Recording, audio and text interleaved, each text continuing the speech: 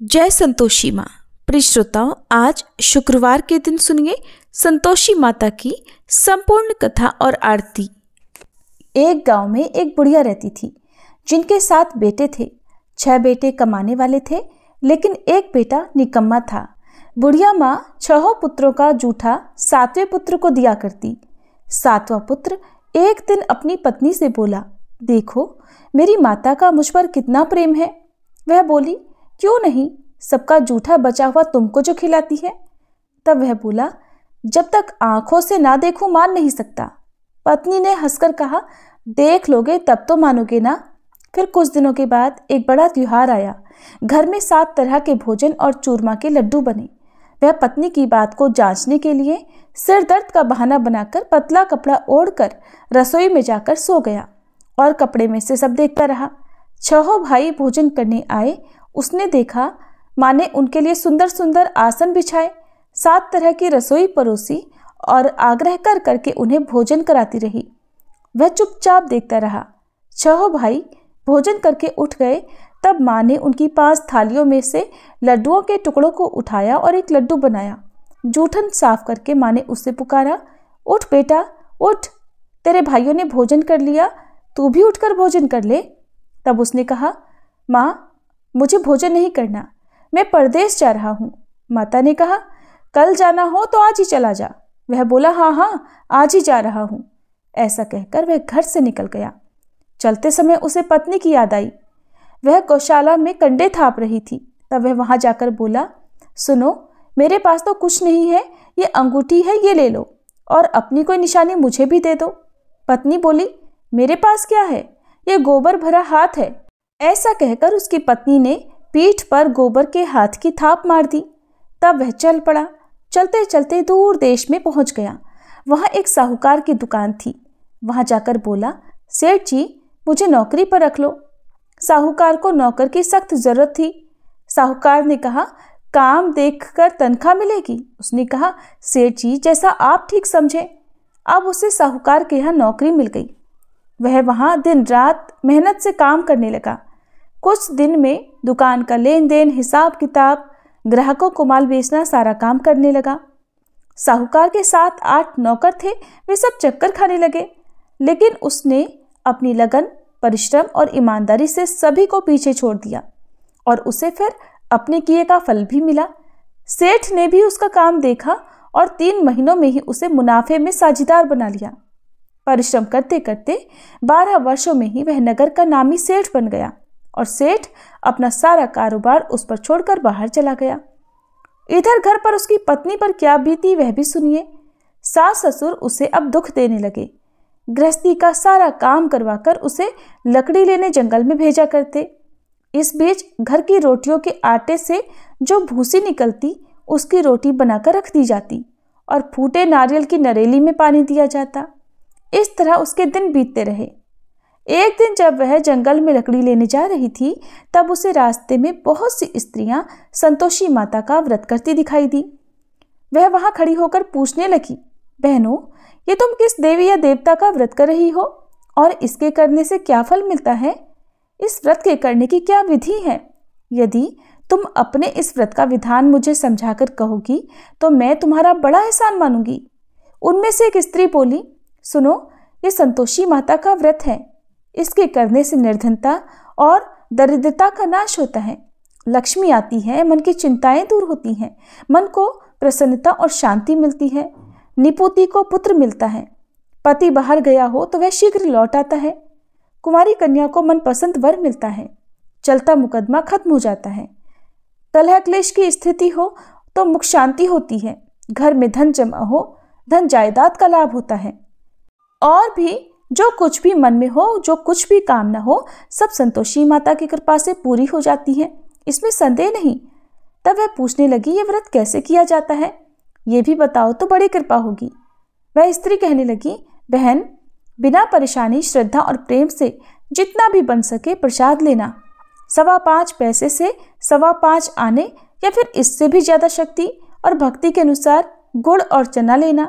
हर शुक्रवार को निराहार रहकर कथा कहना सुनना। इसके बीच में क्रम टूटना नहीं चाहिए। लगातार नियम का पालन करना। सुनने वाला कोई ना मिले तो घी का दीपक जलाकर उसके आगे जल से भरा हुआ पात्र रखकर कथा कहना, परंतु नियम नहीं टूटना चाहिए। जब तक कार्य सिद्ध न हो नियम पालन करना और कार्य सिद्ध हो जाने पर व्रत का उद्यापन करना। 3 मास में ही माता पूरा फल प्रदान करती हैं। यदि किसी के ग्रह खोटे हों तब भी माता 1 वर्ष में अवश्य उनको अनुकूल करती हैं। कार्य सिद्ध होने पर ही उद्यापन करना चाहिए, बीच में नहीं। उद्यापन में 2.5 सेर आटे का खाजा और इसी अनुसार खीर और चने का साग बनाना, 8 बच्चों को भोजन कराना, जहां तक मिले देवर, जेठ, भाई बंधु या कुटुंब के लड़के लेना, ना मिले तो रिश्तेदारों और पड़ोसियों के लड़के बुलाना, उन्हें भोजन कराकर यथाशक्ति दक्षिणा देकर माता का नियम पूरा करना। ध्यान रखना उस दिन घर में कोई खटाई न खाए। ये सुनकर वह वहां से चल पड़ी। रास्ते में लकड़ी के गट्ठर को उसने बेच दिया और उन पैसों में गुड़ चना लेकर माता के व्रत की तैयारी कर आगे चली। रास्ते में संतोषी माता के मंदिर में जाकर वह माता के चरणों में लेट गई और विनती करने लगी, माँ, मैं दीन हूँ, निपट मूर्ख हूँ, व्रत के कोई भी नियम नहीं जानती हूँ, मैं बहुत दुखी हूँ। हे माता, मेरा दुख दूर करो, मैं तुम्हारी शरण में हूँ। संतोषी माता को उस पर दया आ गई। एक शुक्रवार बीता कि दूसरे शुक्रवार को ही उसके पति का पत्र आया और तीसरे शुक्रवार को उसका भेजा हुआ पैसा भी आ पहुंचा। अब तो ये देखकर जिठानी मुंह सिकोड़ने लगी, इतने दिनों बाद पैसा आया, इसमें क्या बढ़ाई है। लड़के ताने देने लगे, काकी के पास तो पत्र आने लगे, रुपया आने लगा, अब तो काकी की खूब खातिर बढ़ेगी और अब तो काकी बुलाने से भी नहीं बोलेगी। बेचारी सरलता से कहती कि भैया पत्र आए, रुपया आए तो हम सब के लिए ही तो अच्छा है। ऐसा कहकर आंखों में आंसू भरकर संतोषी माता के मंदिर में जाकर वह मातेश्वरी के चरणों में गिरकर रोने लगी। कहने लगी, माँ, मैंने तुमसे पैसा तो नहीं मांगा, मुझे पैसे से क्या काम, मुझे तो अपने सुहाग से काम है। माँ, मैं तो अपने स्वामी के दर्शन और सेवा मांगती हूँ। तब माता ने प्रसन्न होकर कहा कि जा बेटी, तेरा स्वामी भी जल्दी आएगा। ये सुनकर खुशी से बावली होकर वह घर आकर काम करने लगी। अब संतोषी माता विचार करने लगी कि इस भोली भाली पुत्री से मैंने कह तो दिया कि तेरा पति शीघ्र आएगा, पर आएगा कहाँ से? वो तो इसे स्वप्न में भी याद नहीं करता। उसे इसकी याद दिलाने तो अब मुझे ही जाना पड़ेगा। संतोषी माता ने उस बुढ़िया के बेटे को स्वप्न में समझाया, पुत्र, तेरी पत्नी कष्ट उठा रही है। तब वह बोला, माँ, ये तो मुझे भी पता है, लेकिन क्या करूँ, वहाँ कैसे जाऊँ? परदेश की बात है, लेन देन का सारा हिसाब किताब है और कोई जाने का रास्ता भी नजर नहीं आता। आप ही कोई राह दिखाइए कि मैं वहां कैसे जाऊं। तब संतोषी माता कहने लगी, सवेरे नहा धोकर संतोषी माता का नाम ले, घी का दीपक जलाकर दंडवत कर और दुकान पर जाकर बैठना। देखते देखते तेरा लेन देन सब चुक जाएगा और जमा माल बिक जाएगा। सांझ होते होते धन का ढेर लग जाएगा। अब तो वह अगले दिन सुबह बहुत जल्दी उठा। उसने अपने मित्रों परिचितों से स्वप्न में माता द्वारा कही गई बात कह सुनाई। वे सब उसकी बात सुनकर उसकी खिल्ली उड़ाने लगे। कहने लगे, कहीं कभी सपने की बात भी सच्ची होती है क्या? लेकिन उनमें एक बूढ़ा व्यक्ति बहुत समझदार था। वह बोला, देखो भाई, मेरी बात मानो, इस तरह सच या झूठ कहने के बदले देवता ने जैसा कहा है वैसा ही करना, तेरा क्या जाता है। अब बूढ़े व्यक्ति की बात मानकर नहा धोकर उसने संतोषी माता को प्रणाम किया, फिर घी का दीपक जलाकर दुकान पर जा बैठा और जैसा संतोषी माता ने कहा वैसा ही हुआ। शाम तक धन का ढेर लग गया। वह हैरान हो गया। मन में संतोषी माता का नाम लेकर प्रसन्न होकर घर जाने के लिए गहने, कपड़े और सामान खरीदने लगा। सब काम से निपटकर वह अपने घर को रवाना हुआ। उधर उसकी पत्नी जंगल में लकड़ी लेने गई थी। लौटते समय थक जाने के कारण वह संतोषी माता के मंदिर पर विश्राम करने बैठ गई। ये तो उसका रोज रुकने का स्थान था। तब धूल उड़ती देखकर उसने माता से पूछा, हे माते, ये धूल कैसे उड़ रही है? संतोषी माता ने कहा, पुत्री, ये देख, तेरा पति आ रहा है। अब तू ऐसा कर, लकड़ियों के 3 बोझ बना, एक नदी के किनारे रख, दूसरा मेरे मंदिर पर और तीसरा अपने सिर पर रख। तेरे पति को लकड़ी का गट्ठर देखकर मोह पैदा होगा। ये वहां पर रुकेगा, नाश्ता पानी करके माँ से मिलने जाएगा। तो लकड़ी का गट्ठर उठाकर जाना और बीच चौक में गट्ठर डालकर 3 आवाजें जोर से लगाना, लो सासू जी, लकड़ियों का गट्ठर लो, भूसी की रोटी दो, नारियल के खोपरे में पानी दो, और आज कौन मेहमान आया है? संतोषी माता की बात सुनकर वह बहुत अच्छा माँ कहकर प्रसन्न मन से लकड़ियों की 3 गट्ठर बना लाई। एक नदी के तट पर, दूसरा माता के मंदिर पर रखा। इतने में ही मुसाफिर वहां आ पहुंचा। सूखी लकड़ी देखकर उसको इच्छा हुई कि अब यहीं विश्राम कर ले और भोजन बनाकर खा पीकर फिर गांव को चले। इस प्रकार भोजन करके विश्राम कर वह अपने गांव में आ गया। उसी समय बहू सिर पर लकड़ी का गट्ठर लिए आई। उसने गट्ठर को आंगन में डाला, जोर से 3 आवाजें लगाई। लो सासू जी, लकड़ी का गट्ठर लो, भूसी की रोटी दो, नारियल के खोपरे में पानी दो। आज कौन मेहमान आया है? ये सुनकर सास ने अपने दिए हुए कष्टों को भुलाने के लिए कहा, बहू तू ऐसा क्यों कह रही है? तेरा पति ही तो आया है। आ बैठ, मीठा भात खाकर कपड़े गहने पहन। पत्नी की आवाज सुनकर उसका पति बाहर आया। फिर उसके हाथ में पहनी अंगूठी देखकर और उसकी दशा देखकर वह व्याकुल हो गया। उसने माँ से पूछा, माँ ये कौन है? माँ बोली, बेटा तेरी ही तो पत्नी है। आज 12 वर्ष हो गए हैं।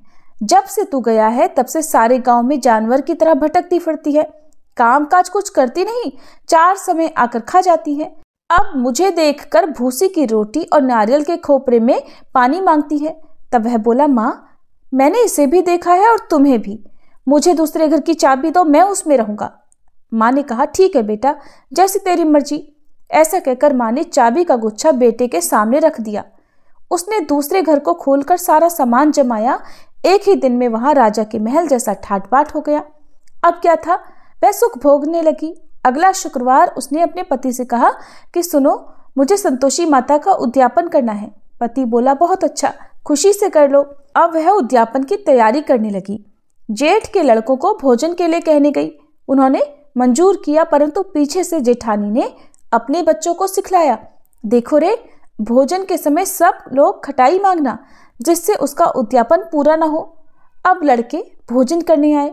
खीर पेट भरकर खाई, लेकिन माँ की बात याद आते ही कहने लगे, चाची हमें कुछ खटाई खाने को दो, खीर खाना हमें बिल्कुल अच्छा नहीं लगता।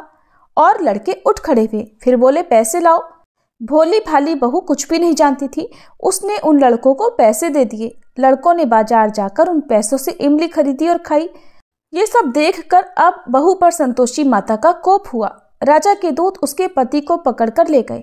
जिठानी कहने लगी, अब सब पता चल जाएगा जब जेल की रोटी खाएगा। बहू से ये वचन सहन नहीं हुए। वह संतोषी माता के मंदिर में गई और कहने लगी, माता ये आपने क्या किया? हंसाकर आप मुझे क्यों रुलाने लगी? संतोषी माता बोली, पुत्री तूने मेरा व्रत भंग किया है, इतनी जल्दी सारी बातें भुला दी। वह बोली, माँ मैं तो कुछ भी नहीं भूली, ना ही मैंने कोई अपराध किया है। मुझे तो लड़कों ने भूल में डाल दिया, मुझे क्षमा करो माँ। तब माँ बोली, ऐसी भूल भी कहीं होती है? वह बोली, अब कोई भूल नहीं होगी। अब बताओ मेरे पति कैसे वापस आएंगे? संतोषी माता बोली, पुत्री जा, तेरा पति तुझे रास्ते में ही आता मिलेगा। वह मंदिर से निकलकर बाहर आई तो रास्ते में उसे अपना पति आता हुआ मिला। उसने पूछा, कहाँ गए थे? तब वह बोला, इतना धन जो कमाया है उसका कर राजा ने मांगा था, वही भरने गया था। तब वह प्रसन्न होकर बोली, भला हुआ, अब घर चलो। फिर अगला शुक्रवार आया। तब वह बोली, मुझे माता का उद्यापन करना है। पति ने कहा, ठीक है करो। फिर वह जेठ के लड़कों से भोजन करने को कहने गई। जेठानी ने लड़कों को फिर सिखा दिया कि तुम पहले की तरह खटाई मांगना। अब की बार लड़के भोजन करने बैठे, लेकिन भोजन करने से पहले ही कहने लगे, हमें खीर पूरी अच्छी नहीं लगती, जी घबराता है, कुछ खटाई खाने को दो। तब वह बोली, खटाई तो खाने को नहीं मिलेगी, खाना हो तो खाओ। उनके उठकर चले जाने पर उसने ब्राह्मणों के लड़के बुलवाकर उन्हें भोजन करवाया। दक्षिणा की जगह उन्हें एक एक फल दिया। इससे संतोषी माता प्रसन्न हो गई और माता की कृपा से 9 माह बाद उनको चंद्रमा के समान एक सुंदर पुत्र प्राप्त हुआ। पुत्र को लेकर वह हर दिन संतोषी माता के मंदिर में जाने लगी। माँ ने सोचा, ये रोज आती है, आज क्यों ना मैं ही इसके घर चलूं, इसका आश्रय देखूं तो सही, ये कैसे रहती है, कहाँ रहती है। ये विचार कर माता ने भयानक रूप बनाया। गुड़ और चने से सना मुख, ऊपर से मुंड के समान होठ, उस पर मक्खियां भिनभिना रही थी। दहलीज पर पैर रखते ही उसकी सास चिल्लाई, देखो रे, कोई चुड़ैल डाकनी चली आ रही है, जल्दी भगाओ इसे, नहीं तो सबको खा जाएगी। बहू रोशनदान से देख रही थी। वह प्रसन्न हो उठी, आज मेरी माता मेरे घर आई है। ऐसा कहकर दूध पीते बच्चे को गोद से उतार दिया। ये सब देखकर सास क्रोध में बोली, अरे देखो तो जरा इसकी उतावली, कैसे उतावली हुई जा रही है जो बच्चे को ही पटक दिया। इतने में ही माँ के प्रताप से जहां देखो वहां लड़के ही लड़के नजर आने लगे। वो बोली, माँ जी, मैं जिनका व्रत करती हूँ ये वही संतोषी माता है। ऐसा कहकर उसने झट से घर के सारे किवाड़ खोल दिए। सबने फिर तो माता के चरण पकड़ लिए और विनती करके कहने लगे, हे माता, हम मूर्ख हैं, अज्ञानी हैं, आपके व्रत की विधि हम नहीं जानते। आपका व्रत भंग कर हमने बड़ा अपराध किया है। हे माते, आप हमारे सभी अपराधों को क्षमा करो। इस तरह बार बार कहने पर संतोषी माता प्रसन्न हो गई। इसके बाद उसकी सास कहने लगी, हे संतोषी माता, आपने बहू को जैसा फल दिया वैसा सबको देना।